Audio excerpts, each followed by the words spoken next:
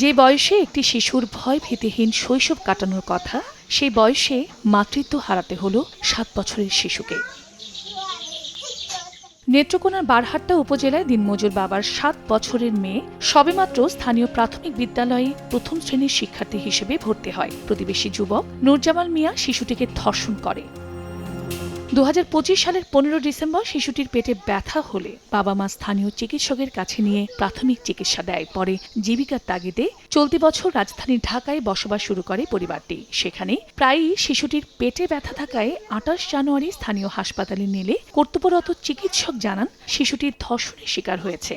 এরপর গত 3 মার্চ তার মাথা ব্যথা ও বমি হলে ঢাকা মেডিকেল কলেজ হাসপাতালে নেওয়া হয়। সেখানে জিজ্ঞাসাবাদের এক পর্যায়ে অভিযুক্ত নুরজামালের কথা জানায় সে। পরদিন 4 মার্চ অবস্থার অবনতি হলে শিশুটিকে বাঁচাতে সার্জারি করে জরায়ু ফেলে দেন চিকিৎসক। ভাগ্যি দুধে ওর ভালো হইতে খেয়ে জানি না হইনা নিবে, নাহলে তো নিবে না।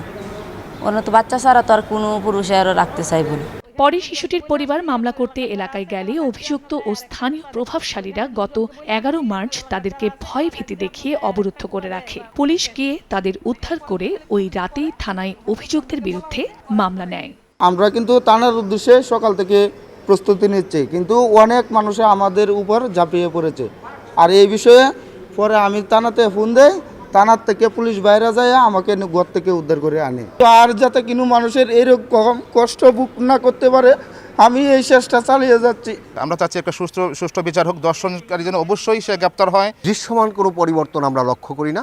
আমরা মনে করি যে এটার জন্য এটা যদি এখনই মূলোৎপাটন না করা যায়, তাহলে এটা এমন এক সময় হবে অপরাধী স্বর্গরাজ্য হয়ে যাবে। এই ঘটনায় তদন্ত করে সুষ্ঠু বিচারের আশ্বাস পুলিশের। রাত্রেই মামলাটা হয়েছে, হওয়ার সাথে সাথে আমরা যেহেতু সে ঢাকা থেকে আসছে, আমরা মেডিকেলের জন্য তাকে বাসায় প্রেরণ করি এবং সকালবেলা আমি আবার পুলিশ পাঠিয়ে দিয়ে হাসপাতালে প্রেরণ করি। এরকম যদি কোনো ঘটনা ঘটে থাকে সেই জন্য আইনানুগ যে পদক্ষেপ সেটা আমরা নেব।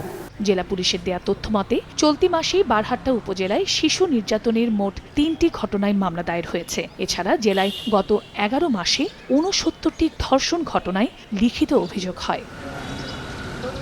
সময় সংবাদ, নেত্রকোনা।